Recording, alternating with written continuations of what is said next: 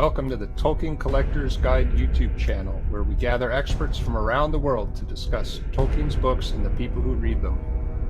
I'm Urulókë, and with me are Trotter and Mr. Underhill.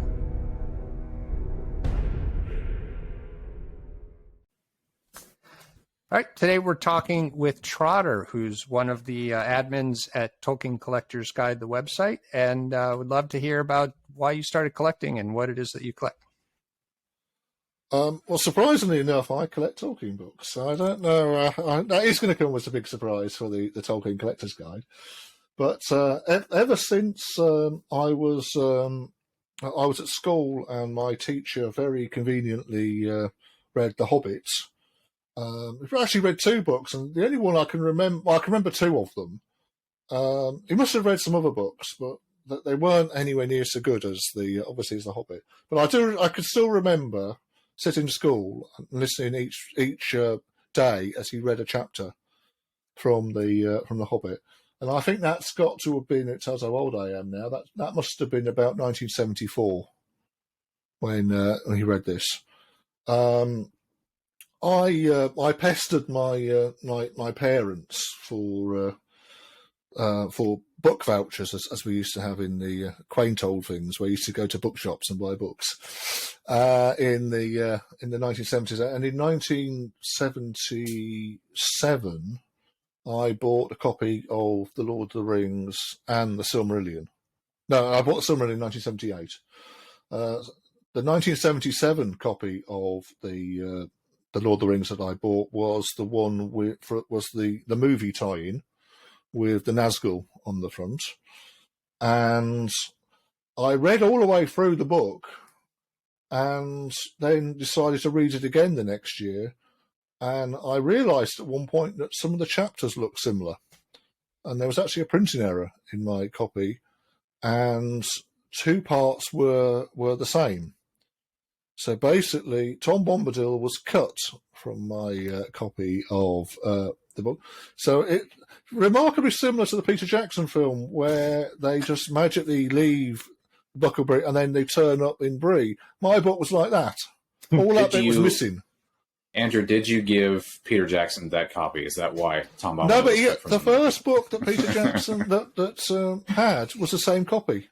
He's actually said this. It's the same copy that I had, but whether he also had the same mistake in there, I don't know. I bought Silmarillion in 1978. Tried to read it, got nowhere with it whatsoever. So just went back to reading The Hobbit and the Lord of the Rings. But in 1980, I think, Unfinished Tales came out, and it was the first hardback that I bought. The problem is, for me, was once I bought a really nice hardback copy of Tolkien with a fantastic map in the back, which is one of the best maps of Middle-earth in any book, really, is in Unfinished Tales. That's what got me started down, well, I'd like a nicer copy of The Hobbit, and I like a nicer copy of The Lord of the Rings. And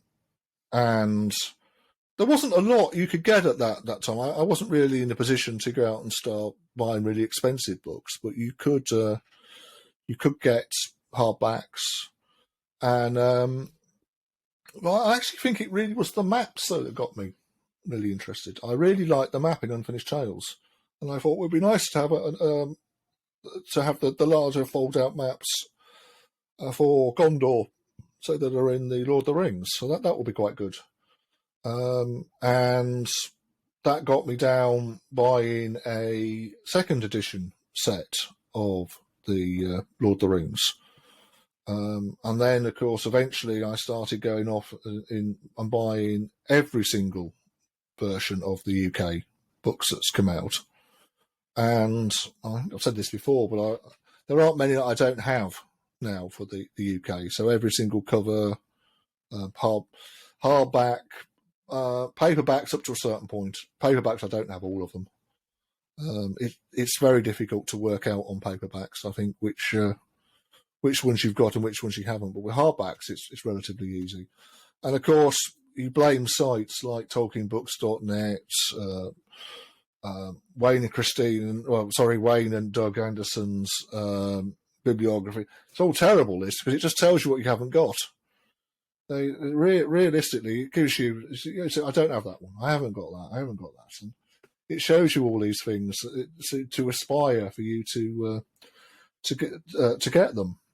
Well, I think it's a great hobby to collect just because of the sheer quantity of books by Tolkien. The other book that I first had read to me at school was a book called Stig of the Dump, which is a UK book, and the author only ever wrote one book, and there's only one paperback copy of it. So I actually also have a full collection of that author's works as well. I have the one copy that he did. Now, if I decided I liked that one more than Tolkien, I'd have a very much empty bookshelf nowadays with nothing on it anymore. What's the market like for that book, Andrew? There isn't really a society for that particular author, or Amazon running down and saying, let's do a $1 billion TV series about Stig of the Dump. He has been on the TV. They have done a TV series of it. That's basically the how I got into collecting. And of course, and I think it also helps if you're a bit mad, like I am as well, and want to have all these. But what is the point, really, of having 120 copies of a book that's the same book? Realistically, there's not much difference between them. That's a fine question. What book do you think is your favorite, that you're most complete or most interested in trying to find copies of? I would have to say the only book that I have one entire bookcase for, with nothing else in it apart from that book, is The Hobbit.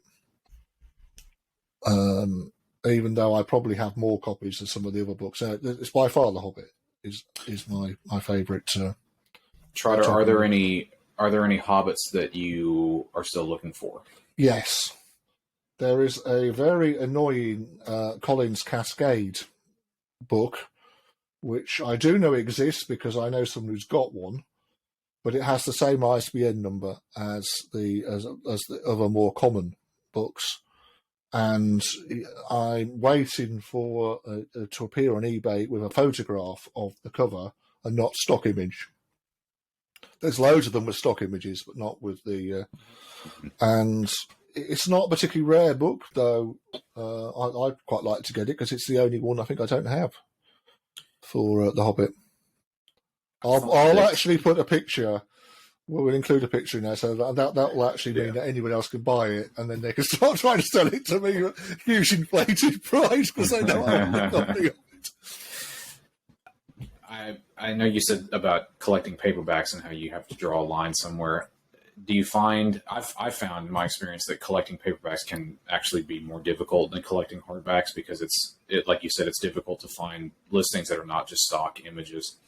Yeah, they are very difficult, and they do tend to be in a lot worse condition than hardback, just because of the nature of the of how they're bound. I do actually like unread paperbacks, but of course, as soon as people read them, the spines get cracked and all kinds of things, and I have tried to replace some of my paperbacks with nicer copies, but on the whole, they are. I would suggest for people who are interested in collecting, is paperbacks are a good start, but realistically, you probably want to be moving on to hardbacks really quickly because they're much easier to read. They last longer. I find them more interesting books. So I do know some people who just collect paperbacks, and they have some wonderful collections. Yeah, absolutely. When you put them all together. What you've got some pretty unusual things. What's one or two that you think stand out as far as unique or hard to find? The only thing I think that I have that as a book that's unique is the proof copy of Sir Gawain and the Green Knight. That one really does, but that was remarkable to find. That's most likely one of a kind. Yes, I think it's the only one that's left. I think they made one. Most likely, yeah. But it's the only one I think that's in existence. The other areas that of course once you get into they're not really unique, but it's things like finding some of the limited editions, the true limited editions with the numbered books. I think, as Chad said recently, there aren't that many of them around, but they're very difficult to get hold of nowadays, some of the limited ones. And again, if you're interested in starting a collection, it'd be very difficult, I think, nowadays to actually decide that you want to just collect limited edition Tolkien books. Yeah, there's enough of them out there, and they are, going back many, many decades, so they can be very hard to track down or find in good quality, et cetera. So that's an interesting and challenging focus that someone could have. It certainly is. It also, the ones that I quite like are the ones that I've had rebound as well. I actually quite like those. It's actually, I had them all done by a bookbinder in York in England, and I've got the Silmarillion, Lord of the Rings, and the Hobbit, and it's absolutely fascinating to go into his workshop. So I took the book along. Well, I took all the books along with me to go to his workshop, and his workshop looked exactly the same as a workshop would have looked in 1800. He had nothing new in there whatsoever. He doesn't need it to actually rebind a book. It's exactly the same as tools that you would use as you'd have used then. And someone from 1800 could just go into his store and would now be perfectly at home. You just think how many things would be like that nowadays. You could actually do that. Cool. I think we have time for one more question. So what's drawn you to collecting and collecting Tolkien in particular? Like what emotions does it bring you, and why? I think it does take you back to childhood or when you first read it. As I said, it's the main book that I can remember from being read from school, and I'd have been read this every week, every day. He would have read a book. If that's the only one I can remember, it had a big hold over me at the time, and I'm really glad that Tolkien was an area that I decided to go down in terms of collecting, because I think it's a great community for a start of people in the collecting world, and there's just some lovely books to collect. Great. Well, thank you so much for joining us here. It's been a pleasure talking with you. You're one of our admins and hosts, so we're going to be hearing a lot more from you, but it's been great to get a little bit of an introduction from you. Thank you. That was great. Thank you.